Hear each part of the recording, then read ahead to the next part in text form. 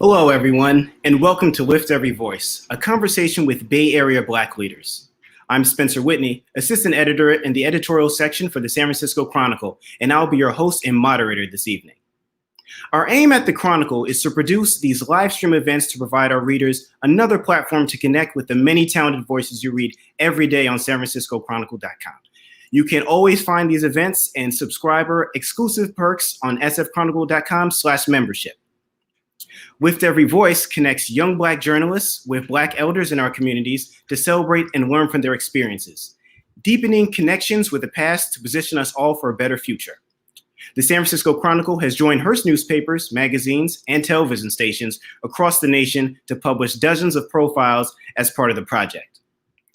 And joining us tonight are some outstanding individuals who have deep roots in civil rights, activism, and news. So without further ado, I'd like to introduce our guests.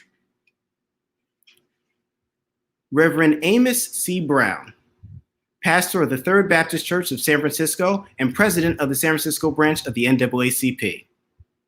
A native of Jackson, Mississippi, Dr. Brown is a scholar, theologian, preacher, and social activist.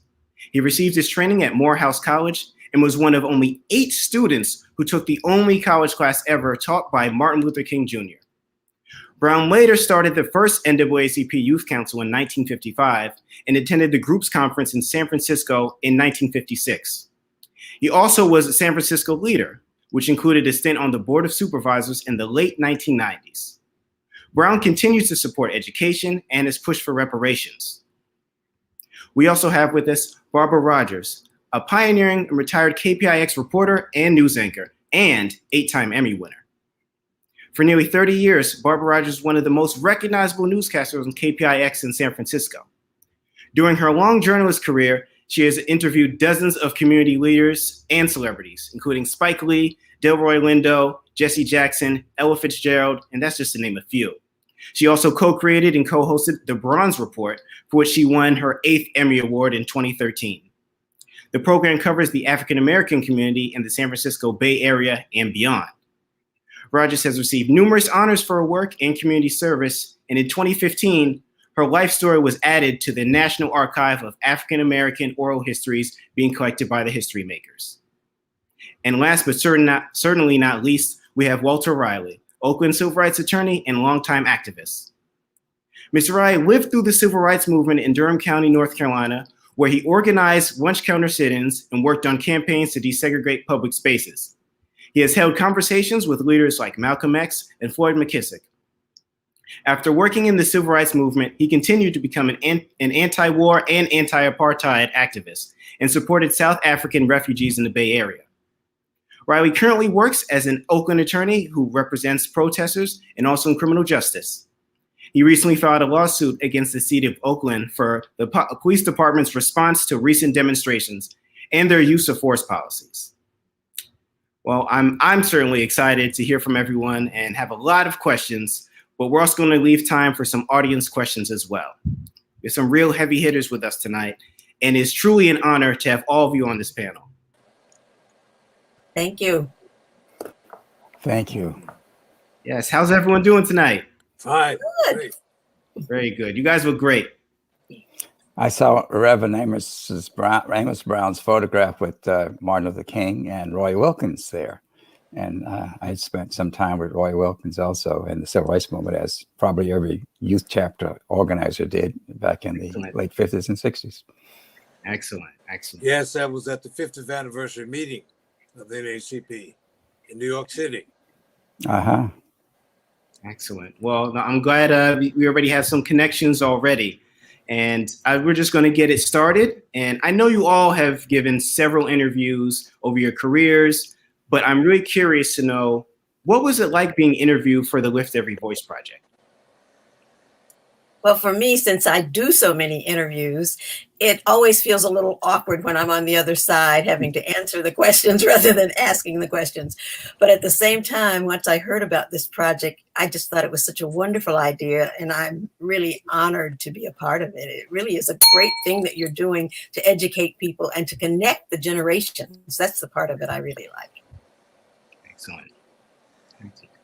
I saw it as a breath of fresh air with the Chronicle, to think that the Chronicle has taken great strides toward inclusion and presenting quality work around what African Americans have done and continue to do to make sure that we are members of this family of Americans and not excluded, and having to say, in the words of Langston Hughes, I swear to the Lord, I still can't see why democracy means everything but me.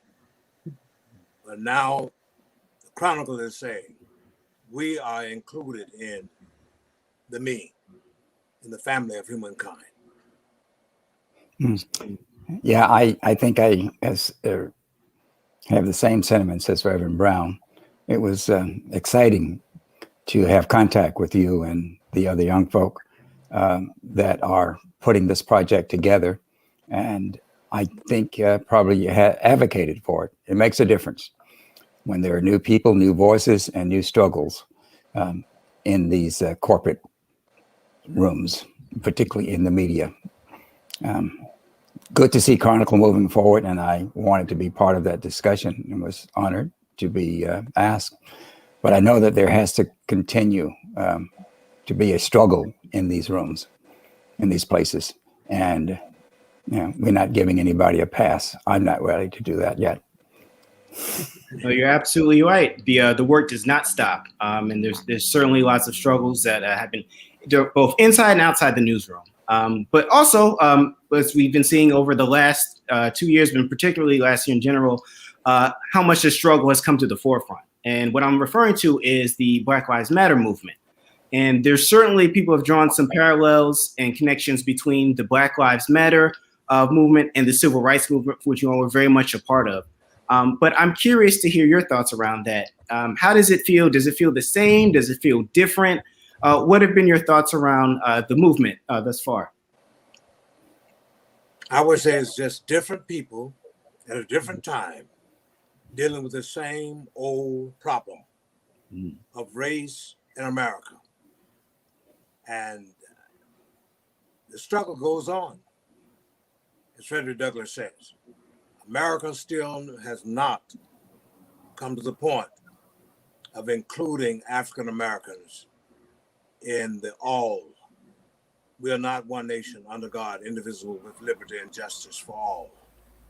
And I need not give a litany of it, for our audience has seen many, many instances in yesteryears and recently in which if you were Black, you would have to get back. If you were brown, as I said, you stuck around. But if you were white, you were always right. And what happened on January the 6th with those people who were a part of an insurrection, it's a brave and bold statement of the fact that racism is still alive, kicking and doing well. Though we have had some remnants, some recent oasis of achievement and some strides toward freedom, but that sickness is still here. America has refused to take its vaccine against this virus of race and intolerance of Black folk. I was disheartened somewhat to think that we have to go through this again, but at the same time, I was encouraged by the fact that a whole new group of people were taking up the torch and going forward. And one of the big differences I noticed as a woman, this time around, the leaders were women, whereas during the civil rights movement in the 50s and the 60s, it was predominantly men. This time it was the women who were out front, who started Black Lives Matter and who were really being the force behind it. So there's a lot that is the same, but there is progress within that. And that is one thing I find very encouraging. Same sentiments from both speakers. Exciting to see the women and exciting to see the young folk involved in a new spirit of struggle for change, confronting the evils of separation, of discrimination of men and women, of Black folk and white folk, of people of color. The BIPOC community has risen up in a way that never has existed before, and that was demonstrated very much last year. The millions of people that demonstrated in this country that organized, not just going out in the streets, but that are organizing, is somewhat different than what we dealt with back in the late 50s and 60s in the civil rights movement. In that era, we talk about large numbers of people, but remember what this march on Washington was like, which was the biggest march of that time. You know, we had close to that number of folks in just the Bay Area organizing and marching, which is tremendous. And the response around the world is so exciting. And it looks like that people are learning, and there'll be a commitment to structural changes in our society. One thing that was very disheartening is that so late in time, in our lifetimes, that we still saw the response from the authorities last year that we saw with cattle prods and electric cattle prods and water hoses on the Pettit Street Bridge or on the streets of the South, where the violence initiated by the police departments against demonstrators against people who simply wanted to say, we demand to be recognized and have our rights. And when people say that the police were committing murder, the police departments across the country, from my research, from my litigation, organized an attack on these demonstrators. That's what happened in Oakland. That's what happened across the country. They used weapons that are outlawed on the military battlefield against foreign opponents. And they used those weapons on the streets against our people. And we have to rise up against that. And that is still the condition that we're living in. What happened on January 6th is just an aspect of it, and what's happening in the police departments across the country. And the reform is not there. There is really not a commitment for reform. A lot of puffing, but not real commitment for the reform that's necessary. We got to see something develop in the national legislatures. We got to see something in the state legislatures, and we got to see something in the cities. New groups of people, a new approach, and new structural reforms, changes. No, certainly that makes a lot of sense. And one of the things that you brought up to the end of just particularly what you were seeing in the South, one thing you all have in common is growing up and having experiences in Jim Crow South. But you also all made that transition to the Bay Area. And I would like to know, can you talk about that transition, just going from there and moving to Bay? There's certainly a lot of roots in Oakland. I know for lots of Black folks coming just to work in the shipyards and Kaiser shipyards and having that real connection there. But what was it like for you guys to make that transition? Well, let me say here before I answer that question, I have a different perspective of the involvement of women. Yes, the major media did not put the cameras on women, but women were in leadership. Ruby Hurley was the first Southeast Regional Secretary of the NAACP in the state of Alabama when Dr. King was down there marching. You have in Mississippi, Fannie Lou Hamer. Mm-hmm. You have Dorothy Height, who spoke at the March on Washington. Gladys Noel Bates of Arkansas. It was America's chauvinism that infected Black folks. And the cameras did not put the spotlight on women. There could have been more, yes, but we cannot safely and conclusively say that women were not in the vanguard of the movement. Yes, wait, I know they were involved. I was talking about who started the movement then versus who started the Black Lives Matter movement now. Okay. But in terms of your question about making the transition, I didn't make the transition directly from the South to San Francisco. I made it from the South to Rochester, New York. And I had gone to all segregated schools. Segregated schools never, or integrated schools never caught up with me because the way my state of Tennessee did it, they did a grade a year and I was already past first grade when it started. So it never caught up to me. So I was in segregated schools from grades 1 through 12. And then I went to an all-Black college. So my first job at a Fortune 500 company in Rochester, New York, the Eastman Kodak Company, was one in which there were like 60,000 people working for the company, and there were very few of us. So that was the first time I really encountered a situation where I was truly, truly a minority. Even though I had been a minority in my state, we lived in Black communities. We went to Black churches. We went to Black schools. So we didn't have the outside exposure in numbers that I had when I went to Rochester, New York. So that was where I sort of had my, so we say, awakening as to how to deal in that kind of environment. And I learned a lot. And it came in handy as my life went on and as I got into other careers, and especially when I got into television news. Interesting. For me, it was a significant transition. Being in the movement in the 50s and the 60s in Durham, North Carolina, I traveled as part of an organizer, both as an NAACP organizer and later as a core organizer in various places. But before I got here, I had gone to Detroit to work because I couldn't find a job in Durham, North Carolina, after I graduated high school. And having been in the movement, there was not a lot available to me.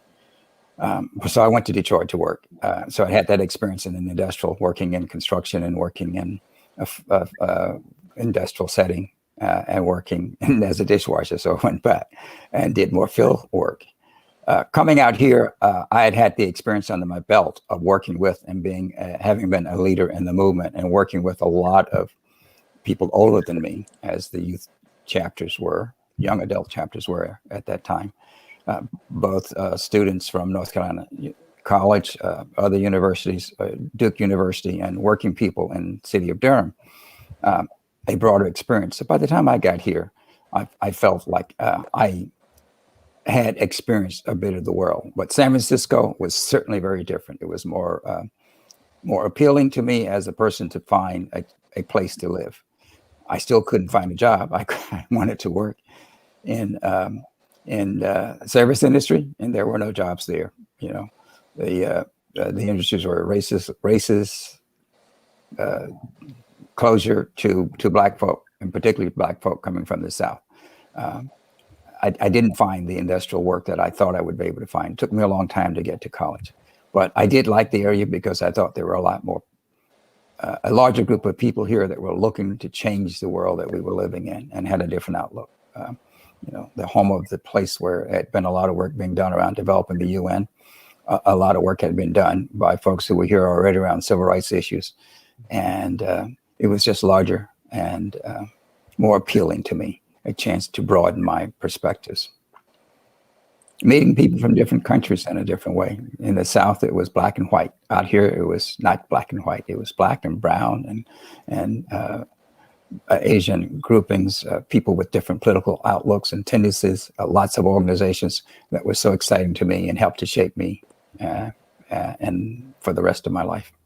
That was one of the things I was going to say too. Before, in the South, it was Black and white. You didn't really think in terms of any other races because there weren't that many people of other races who entered into our world. And so coming to San Francisco was not so much as a shock. It was a delight to see people from all over the world and to have that kind of interaction with such a large group of people. And so I really loved it. I was very anxious to get out of Rochester's winters. And so I loved coming to San Francisco, where there was lots of sunshine and also a great diversity of people. Well, my experience was a bit different. I first came to San Francisco in 1956 when Mr. Medgar Wiley Evers, the first field director of the NAACP, brought me here to attend the national convention of the NAACP. And I guess I just hung around a lot of adults who knew the real deal and what was going down. So I heard them talking about how subtle and sneaky racism was in this city. I heard about the fact that in 1945, when the United Nations was founded here in San Francisco, even Ralph Bunche was not given the opportunity of renting a room, and they had to get a special dispensation for him to stay at the Fairmont Hotel. And I heard also about the fact that many instances there were Jewish friends who went to realtors and bought homes and sold them to blacks. So I knew the real situation, and that racism and injustice is everywhere. In the South, it was blatant, yes, in many instances, but here it was just as deadly and insulting. There were instances when even you went in a restaurant and you purchased a meal, they would break the dishes after you left. What? Wow. Yes, in San Francisco. That was part of the way things worked in the South, too, yes. Willie Mays couldn't get a home out in St. Francis area.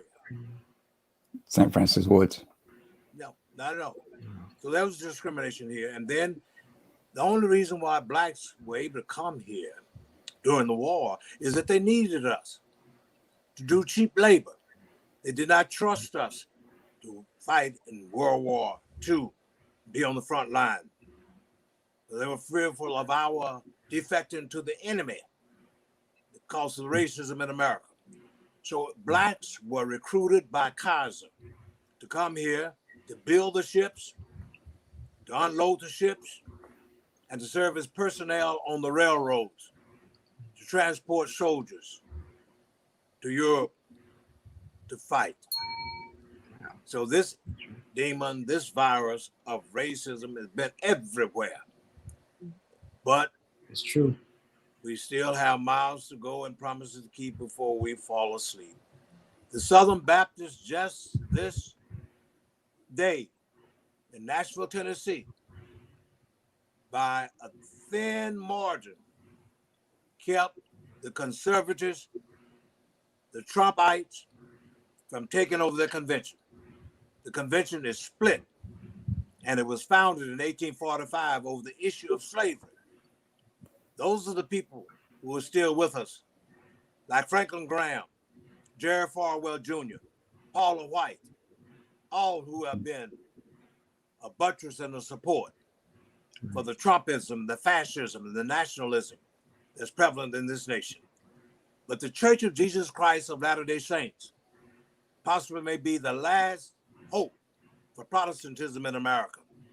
For just this weekend, again, God surprised us that after working for 2 years with the national NAACP leadership, the Church of Jesus Christ of Latter-day Saints made a $12.5 million commitment to the NAACP in areas of education, the arts, Seriously, money.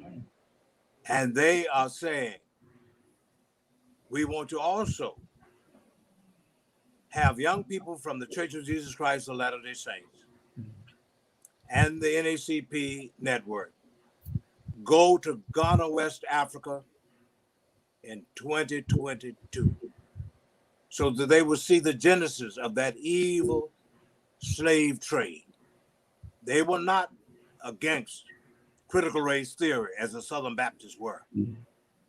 They were about telling the truth, engaging people, and showing repentance for the evils of slavery and racism by doing something.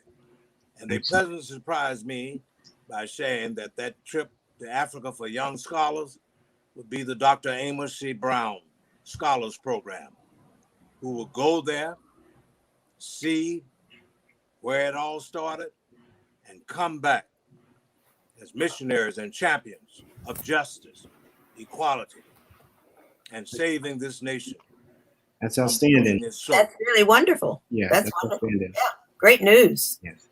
And Dr. Brown, I wanted to ask you too, because, since you were just bringing up the church, historically, the church has played a very critical role in the civil rights movement and, of course, throughout the Black community. Do you feel like or maybe let me ask you this: how has the role or the message of the church changed over time?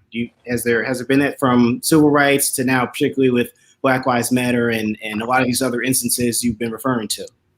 Let me say this as a historian: we must not romanticize the Black church. The Black church was not involved in the civil rights movement. Okay. Dr. Martin Luther King, Ralph Abernathy, C.K. Steele, William Holmes Borders, Benjamin Elijah Mays, they were a unique new breed. Okay. For basically, the Black church was infected by the white wrong church, the conservative fundamentalists, and the Center for in Washington, D.C. for Justice and Political Action did a study of the Black church and its engagement in the civil rights movement. And you know what the finding was? Only 3% of the Black churches were involved in the civil rights movement. Why? Because theologically, they felt that the preachers shouldn't be out there demonstrating. And secondly, they were afraid. Really. It was terror. It was indeed a brutal life to live in the state of Mississippi, where I came from. Mississippi had more lynchings than any state.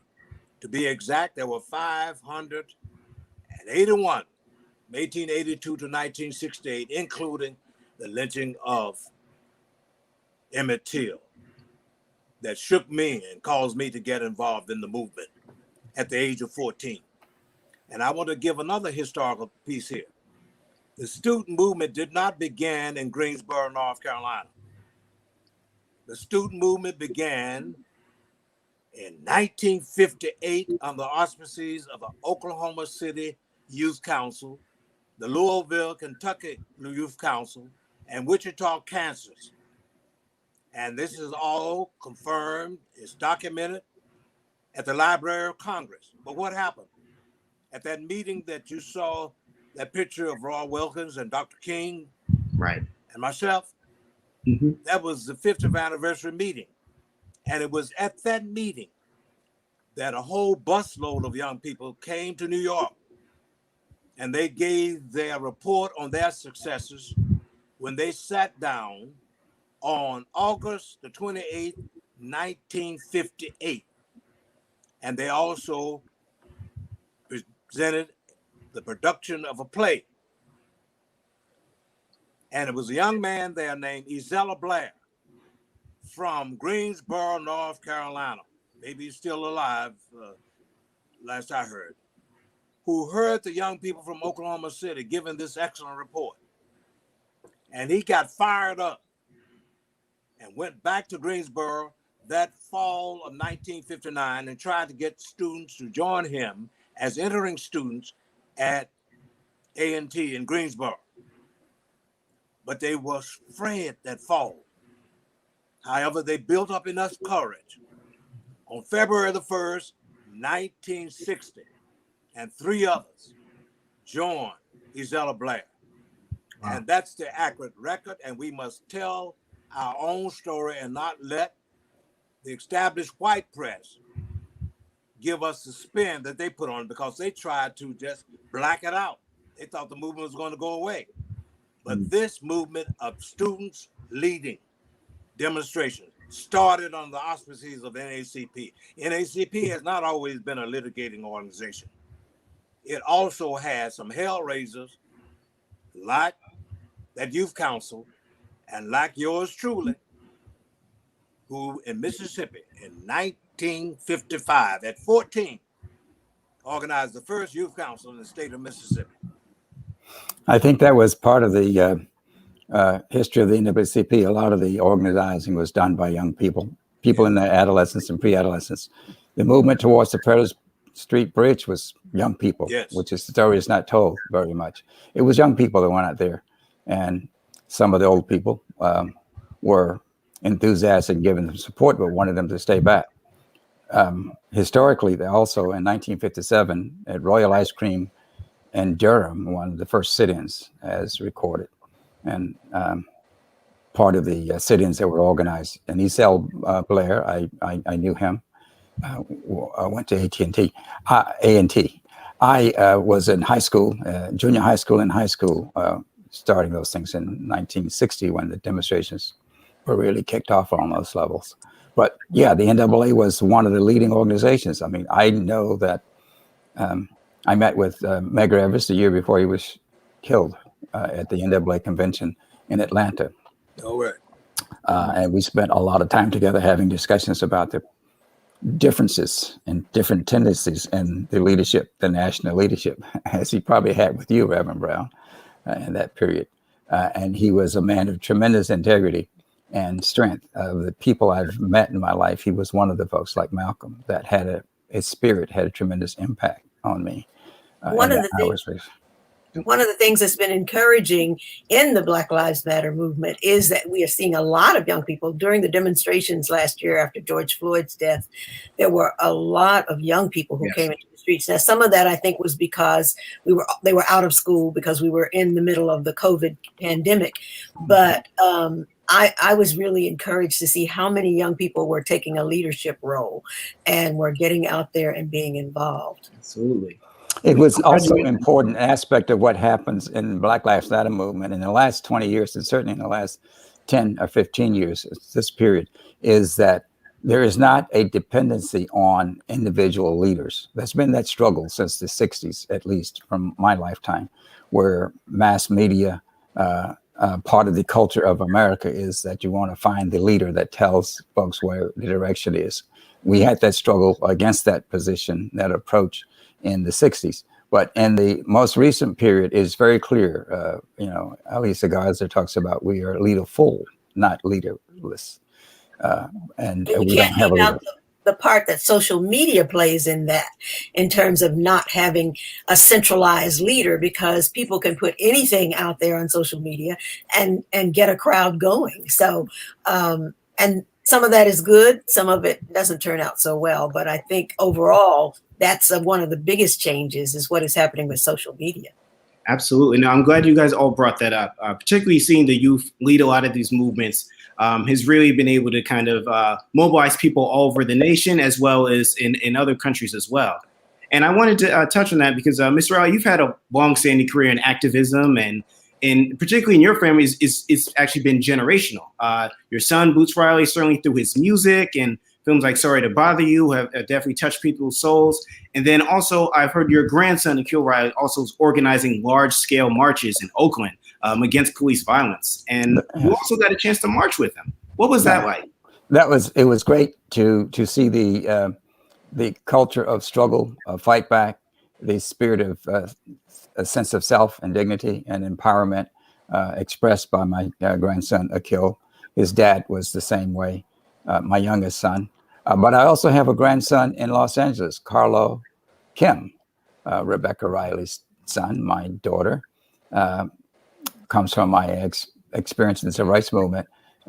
And she's raised him, he and his brother and that family of both parents are attorneys, but they are very much engaged in struggle. I think that's part of what is so interesting now is that many people are connecting to that history of their families or other people or relatives or even friends that were part of struggle for change, for movement, sense of being in a place where they have a belief in their power and empowerment. That's true, I believe, in a significant part of my family. I have two step-granddaughters that last year organized a demonstration that they were 8 and 9 years old. They organized a rally for Black Lives Matter right here in Oakland, and they organized other kids. They put out flyers, marched down the streets with folks. I think that we all need to develop that sense of fight back. That's our only chance. The 100 years of lynching that we have faced, everything that we've had to deal with since the end of slavery, bondage slavery, legally, we have had to deal with so many other aspects of the remnants of that. We have a tremendous fight to make, and we should not feel safe. We should not feel that things can't return to the old days. We will only be able to move forward by organizing our families. My family, I hope, will continue that. My grandson, Akil, my grandson, Carlo, Kim, my other grandkids, Carlo and his brother, my granddaughters, are all part of understanding the nature of the world we live in and understanding what those contradictions are and understanding that it's a world. It's not their neighborhood. It's not just Oakland, or it's not just San Francisco, the Bay Area, but we are part of the world where there are Black folk, BIPOC people all over the world that are struggling to overcome this aspect of white supremacy. Critical race theory may not be the end all, but it's something that we have to develop and develop support for. It's under attack. W.E.B. Du Bois says the challenge of the 20th century would be looking at race, and the prism of the way we look at the history will be through the prism of racism. And that is still true today. The history that we have to look at for this country, for how we deal with the world, is the prism of racism. That is the understanding that there is such a thing as white supremacy, and that is European dominance. And whether it's in England, it is developing fiercely in France right now. People thinking about that as the cradle of the new democratic freedoms, but it is developing a fierce reactionary approach. And in combination with what's happening here in England and much of Europe, the support for outrageous dictatorships and murderous regimes in other parts of the world that the U.S. has been part of has to be recognized, and we understand that. And I think that's part of what my family does. I'm particularly concerned right now with our ability to identify what's happening in the islands, particularly Haiti, where the U.S. government has maintained an exploitive, oppressive approach towards the people of Haiti from the entirety of the time since the revolution in 1803. And right now they are supporting vicious dictators in Haiti, happen to be Black. And so it makes it difficult for Black people to understand how we have to fight against it. We don't understand in the same way that we were able to identify with the struggle for freedom in South Africa around Haiti. But we need to a lot more, because Haiti has given so much to the existence of the sense of struggle and democracy in the world. Yes. And we need to understand what's happening there. If you don't mind, I would like to, as a pastor and as a theologian, lay something on you. We got infected in great measure with this thing of race, the notion of the superiority of white folks. Before Jesus of Nazareth was born, between 4 and 6 BC, when one Aristotle, one of the so-called fathers of Western philosophy, said in his Politics, when was that done? During the 4th century BC. And he said in the Politics, the black man of the Ethiopian is inferior because his skin is dark, it's black.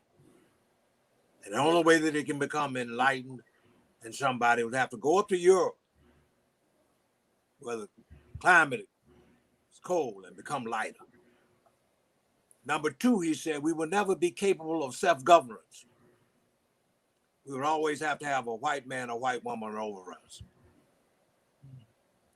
And that virus, that disease, has been in the DNA of Western culture. Yes. Yeah.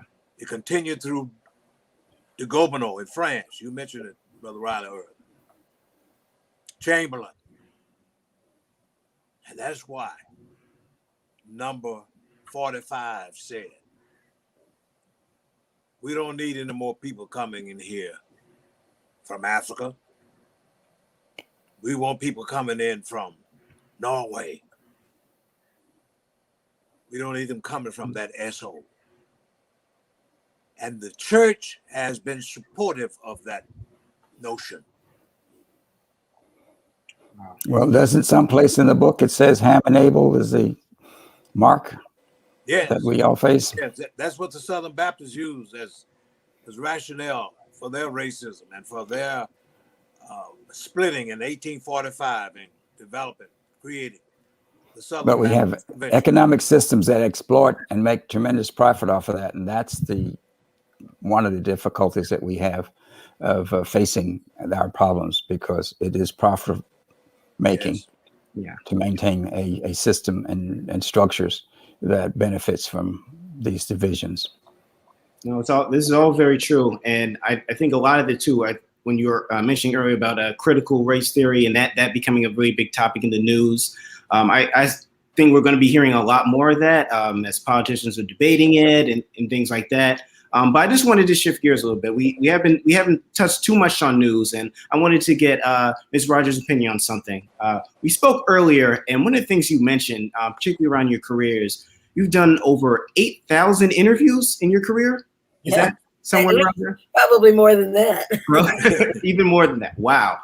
I got to know, is there an interview or any interviews that were your favorite or really stood out to you?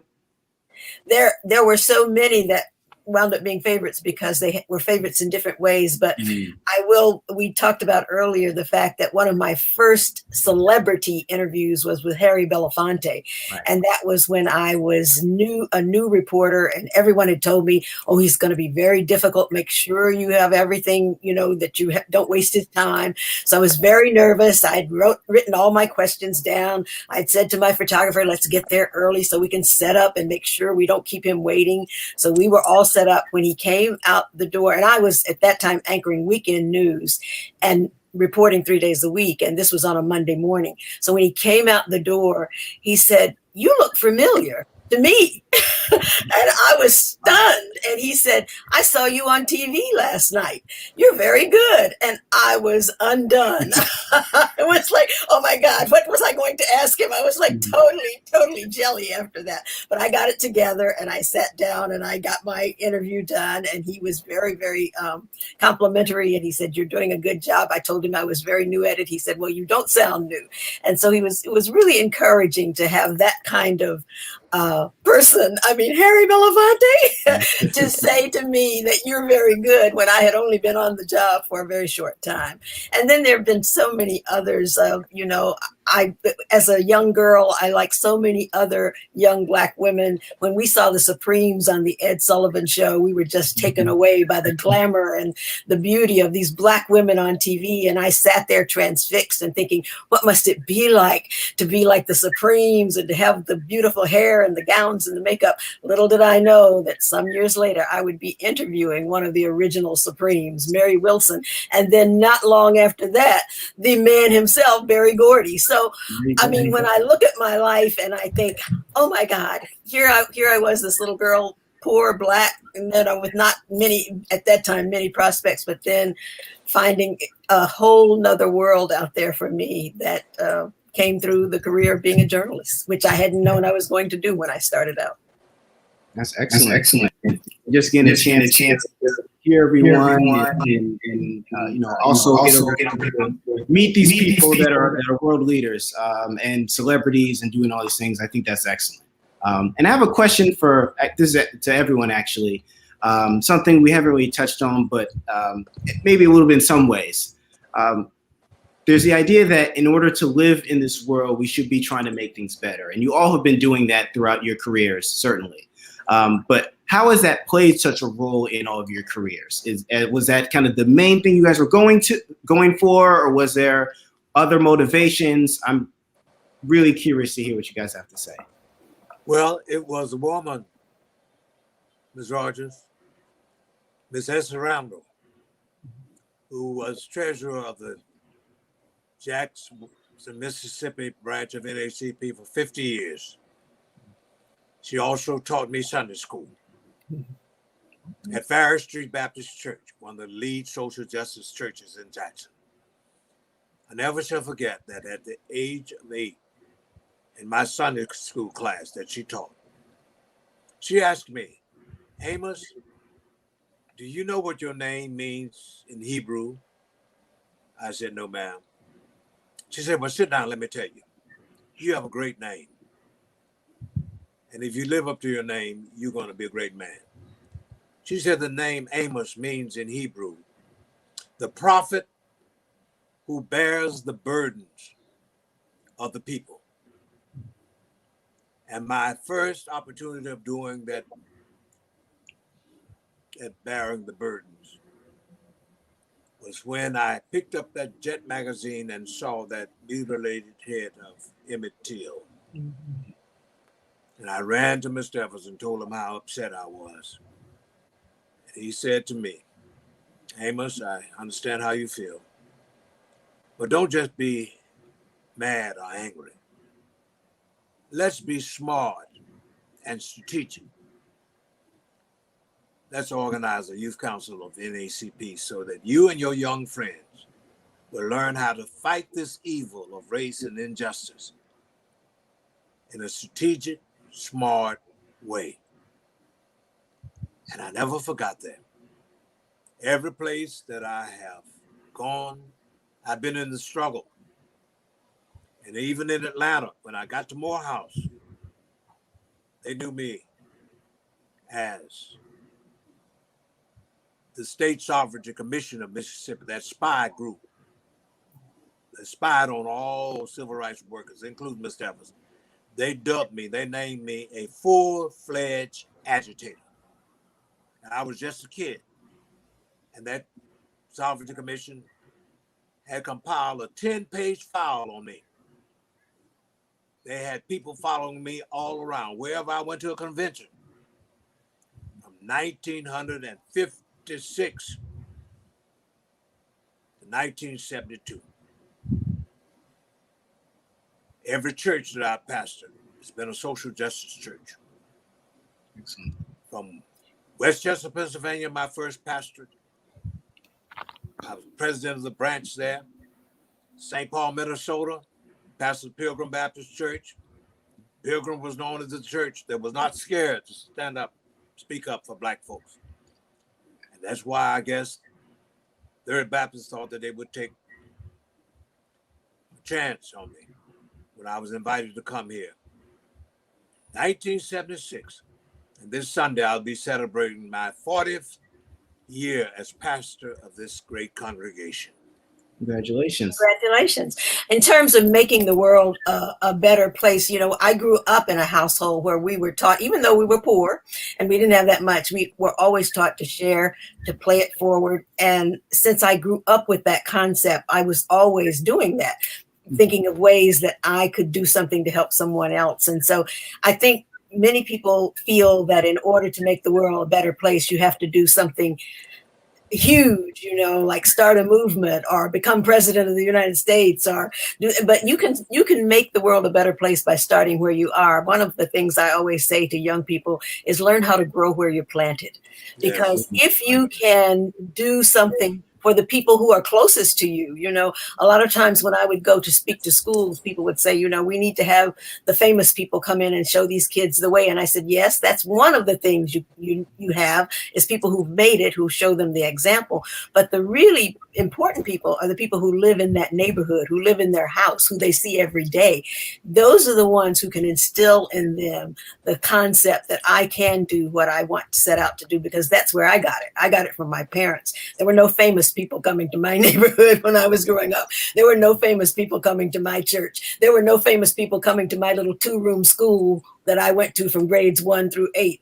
But there were parents, and there were those 2 teachers that I had who were saying, you can do this. I know it may not look like it now, but one of these days the world is going to change and you will get your opportunities. So even though I didn't know what this was then, once I got the opportunity, I remembered that lesson. And I think that's something important for parents and everybody to remember, that you can be in the darkest of times and still give somebody hope to do something better and to get out of that situation.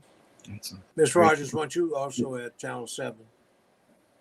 No, I was always at Channel 5. Yeah. I only worked in this market. I only worked in, I started with an ABC station in Rochester, but I was always at CBS here in San Francisco. Excellent. I think you're talking about the young woman who had her hair in braids. That was Dorothy Reed, the one who got put off the air because she had her hair in braids. Yes. Yes, that wasn't me. That was Dorothy Reed. Yeah. Times have changed now. There's the Crown Act. Yes. So her boss would not be able to do that now. He would not be able to put her off the air. So you see, things do change. Yeah. You know, Slowly but it's surely. slow. It's slower than we want, because I want to be alive to see it all change. And I don't know if I'll make it, because it's you know, we're getting older. But there is progress. There are changes. We just want them to be faster. Absolutely. Mr. Reilly. Well, I want them to be deeper. Yes, faster and too. deeper. And more long lasting. Yes. Yes. I forgot the question. What are we dealing with? Making the world better. Making the world better. Making How does the that world play a role in your career? I have to say that I attribute my sense of well-being, and I think you have to have a sense of well-being about yourself to struggle, to engage in combat with a system that is designed to degrade you, because that's how it makes profit. That's how it controls the political process. My parents, who left school before they completed third grade and got married as teenagers, growing up in tobacco country and starting off as farmers. And they were farmers up until about 1950, a little bit after 1950. My dad continued and then went into construction work. But they had a sense of self, and maybe they never gave up their youthful ideas. And I think that's an important aspect of what youth bring to the world, and what you young folks can do is that you believe that you can take on the system, and you have the power to grapple with anything around you. And my parents supported me and the rest of us. My dad worked with in his union efforts with support the CIO. My brother was oldest brother was an organizer and worked with the Tobacco Workers Union in Durham, North Carolina. Other brothers were active. I was the second one in my family to actually graduate the actual brick and mortar high school out of 11 children. I'm number 9.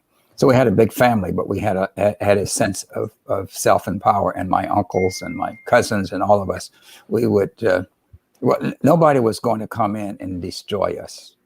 I can say that.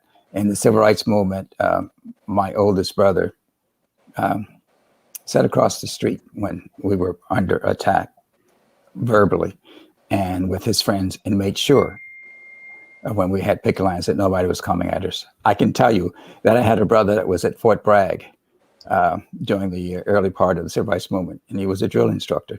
And he was one of the people that when they marched in Fort Bragg, they said, "I'm a demonstrating GI from Fort Bragg. The way they treat my people makes me mad." And they went on. Fort Bragg would be quarantined.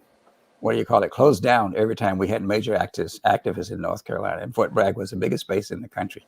So they were people in my family, cousins and so forth, who didn't take what you call it from folks. And that made a difference being in the civil rights movement. And I want to see that carried on with my family. And I felt that helped me. I became a lawyer because I knew Floyd McKissick and other lawyers, Roy Wilkins and various folks. Floyd McKissick was my mentor. Roy Wilkins gave me a lifetime membership in the NAACP when I was a adolescent, basically, because people were promoting that idea that we should change the world around us. And we thought we could. We thought we could in the civil rights movement. We thought we could in the 60s in San Francisco. We thought we could at San Francisco State. We thought we could when I was working with folks in the Panther Party.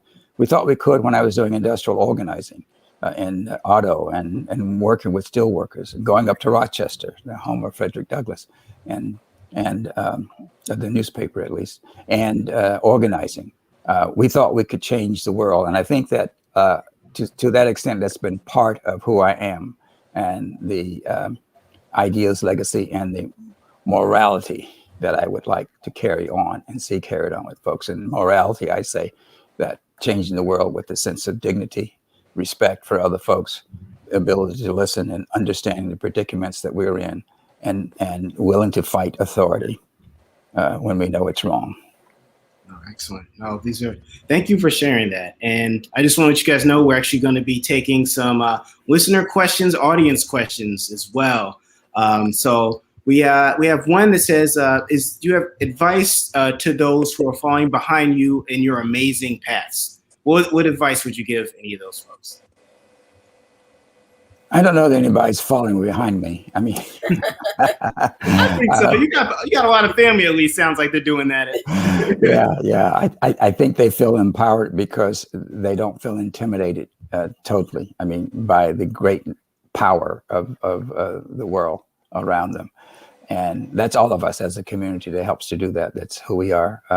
But I would say I just want people to feel their sense of self, the ability they can fulfill their desire to find joy while they fight, while they understand how terrible things are around them, how they can just figure out how to work with other people. I hope that's one of the lessons, that there's a culture of struggle in order to have a better world, in order to have our better homes, in order to end this economic deprivation that we face as a community by and large, even though some of us are very much apart from that. This political drought for power that we have, power in our own interest, in our own selves, that people feel that as young people, that they can hit those walls, they can challenge it, they can find ways, and they can only do it by working with other people, not by themselves. That's what I was going to say. Yeah. My advice would be know that you need to have allies no matter what you are doing. And don't be afraid to look for allies in an unlikely place. In fact, one of my allies, when I got into the business, one of the people who encouraged me the most to really make this a career was an older white man who was the news director at the station where I started. He was the one who would come to me all the time and say, when I started, I was doing a public affairs show. And he was the one who would come to me and say all the time, I look at what you're doing on that show. I think you could do this for a living. I was teaching then. I was like, I don't need a job. I got a job. But he said, I think there's a future for you here. He kept encouraging me until finally one day, after 4 years of him telling me this, I said, okay, I'm going to give it a try. And he was right. So don't think that you can't have allies who don't look like you and who don't even think like you sometimes. Sometimes you can find a place where you do agree. And that can be a place that can be very good for where you want to go. But know where you want to go too. I mean, you don't have to be specific, because I didn't know this was what I was going to do. But know that you want to be somewhere other than where you are. You don't want to be standing still. And know that you have to take some risk sometime to get there. So that would be my advice for those following. If there are, as Mr. Riley said, if there are any following in my footsteps. Very good. Well, my little contribution is this: gain a mastery of the 3 R's. Read, read, read, and read critically. Dr. May said at Morehouse, if you can't think for yourself, someone else will do your thinking for you. That's very true. Yeah. And whoever does your thinking for you will be your master, and you their slave. But be a free person by thinking critically for yourself. That next R is relate, relate, relate. This rugged individualism will get us nowhere. That's for arrogant, rich, autocratic folk. But the marginalized, and definitely Black people, need to master Ubuntu, because we are, therefore I am. You got to relate. And an addendum to that is relate to the right faith community. Notice I said the right one. It's not about a religion, but about spirituality. That spirit that makes you a better person and makes you want to see the best for others. And the final R is be resilient. Be resilient, regardless of what the system does. Regardless of even what your loved ones may do toward you. It's wrong. But always, never, ever give up. Keep fighting. An old preacher told the story of a frog who fell in a pond of milk was about to drown. He gave up and drowned. But the other frog, who also fell in the milk, kept kicking. And even though a negative spirit tried to tell him, give up, it's over. But he kept on kicking until the weight came up from the bottom and a lump of butter coagulated. And he jumped on that butter and looked back at the dead frog and said, you fool, if you kept on kicking, you've been still alive like me. Mm. So regardless to what this evil society has done to our ancestors and will continue to do, we got to keep on kicking and be resilient and never give up. Don't let anybody break your spirit. Yeah, I used to tell that story about the frog, Reverend Amos, back in the movement in the day. Oh, did you? The butter, yes, floating. You're kicking. You got to keep kicking. That's true. That's true. No, that was excellent advice, and I thank you guys so much. We just have time for one more question.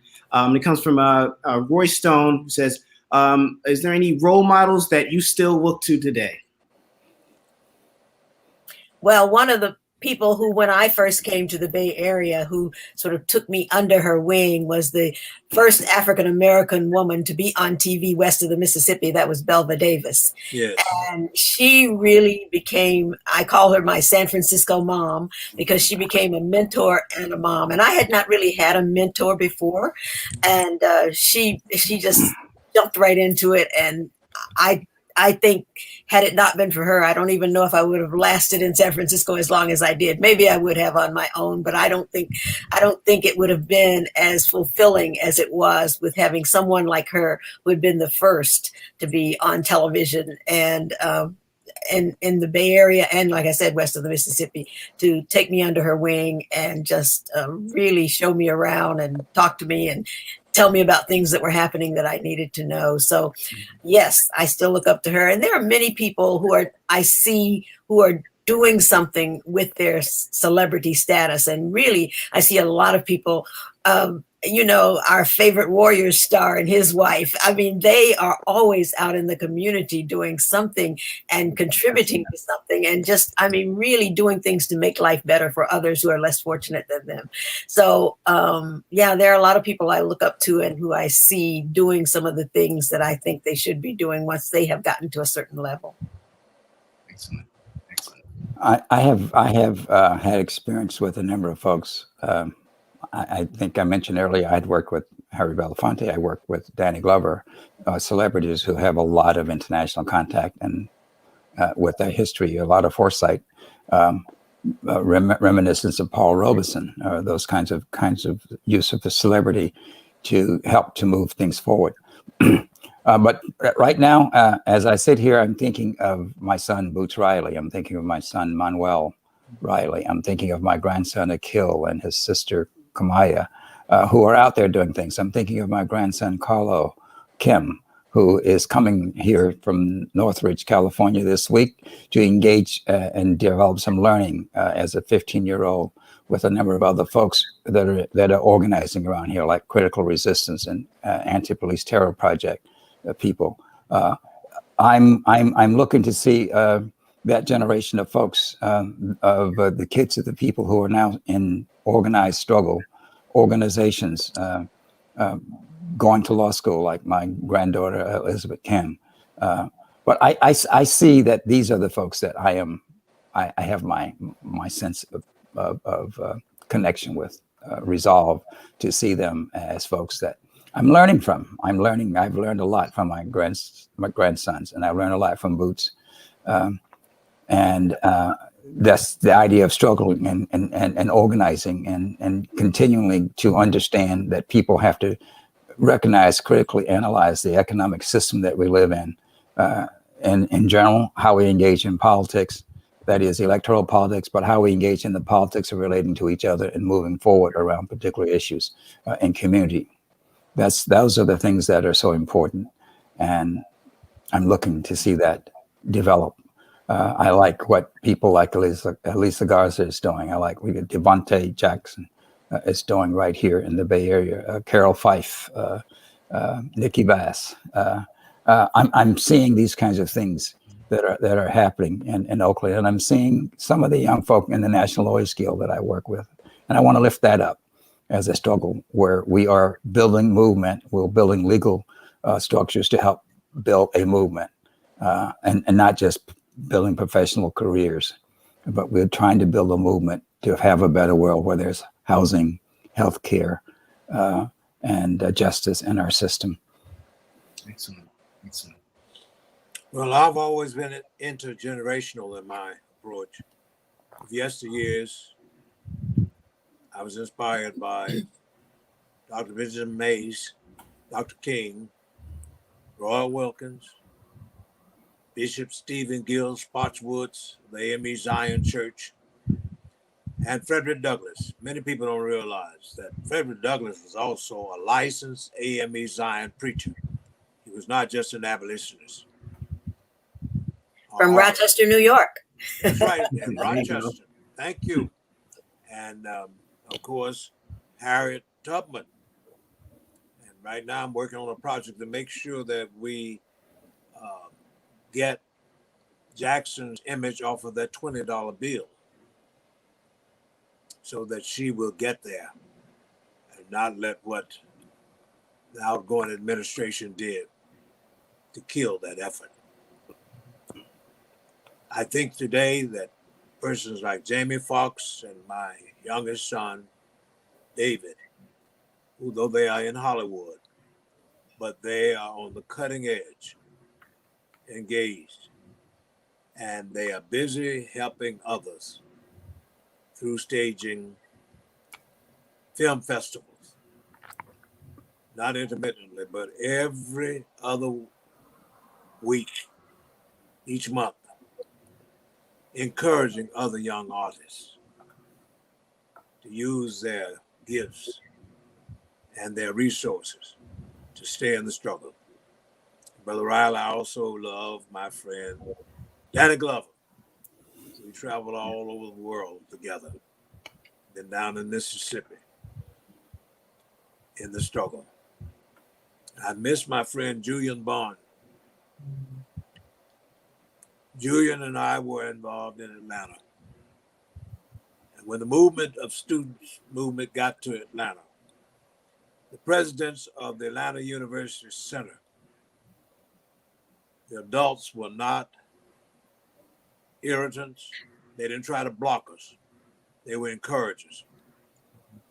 And they called all of us to the Hopkins Hall conference room and said to us, young people, we're not going to try to get in your way as you fight for your rights, but at least let the world know why you're doing what you're doing. And Dr. Benjamin Elijah Mays and Dr. Rufus Clement, who's president of Atlanta University, said this. Dr. Mays will find the money to support this effort, but we want you to sit down and write an appeal that will explain why you are going to demonstrate. And after you do that, go for it. And I was a part of that committee along with Julian, Marion Wright, Elderman, Herschel Sullivan and others, Lonnie King. And after we wrote that document that is still around here, still with us, it was an appeal on human rights. Now notice, it wasn't about civil rights just for us. It was an appeal on human rights. And that's the reason why. As a Baptist preacher in San Francisco years ago, I stood up for gay rights because Dr. King also taught me in that seminar the theory of personalism. What is personalism? Every person has worth and dignity, regardless of how different they may be. I never forgot it, and I stood on that. and didn't look back. Or other preachers got in the group with the conservative whites. And I always remember, too, talking about the movement being inclusive, that it was Barrett Rustin, a gay man, who really was the genius as the organizer of the March on Washington. And when Strom Thurmond tried to defame Barrett Rustin's character because he was gay, and Roy Wilkins heard about it, and Roy Wilkins said if a man would be that low down to try and destroy a man because of his lifestyle, I'm going to do everything that I can to make sure that this march is successful. And Roy Wilkins guaranteed 125,000 people from the branches of the NAACP. And on the day of that march, he said to the crowd, I want to thank you for not making a lie out of me. I told everybody that I was going to deliver 125,000 people from the NAACP. But it was Barrett Rustin who, with A. Philip Randolph, encouraged Dr. King to get involved. They went down to Montgomery because Dr. King at first was not that excited about the march. But it was through Roy Wilkins, Barrett Rustin, that we had a march on Washington. And Dr. King gave that great speech, I Have a Dream. Excellent. Well, I got to say, that is an extensive list from you all and substantial. So I hope everyone was listening, taking these names down, people to follow up with. And we're really at the end of this, but I just wanted to thank everyone today. Reverend Brown, Ms. Rodgers, Mr. Reilly. I really feel truly honored to have the time with you today, to hear all the things you guys had to say. So thank you so much. And for yes, thank you, appreciate it. And for everyone who's listening and watching, if you want to see more, read more about all these wonderful and outstanding individuals, it's all online at sfchronicle.com. And we're also going to have a special print section in our Sunday's edition of the newspaper, June 20th. So be sure to pick up a copy so you can post it, put it up on your wall, put it in your scrapbook, wherever. Keep it. It's going to be a collector's item. So it's definitely going to be a big deal. And last but not least, thank you again for joining us tonight. And thank you to all the Chronicle subscribers. The work done across our newsroom wouldn't be possible without your continued support. I'm Spencer Whitney with San Francisco Chronicle, and this has been our With Every Voice show. Thank you for joining us. Thank you. Thank you.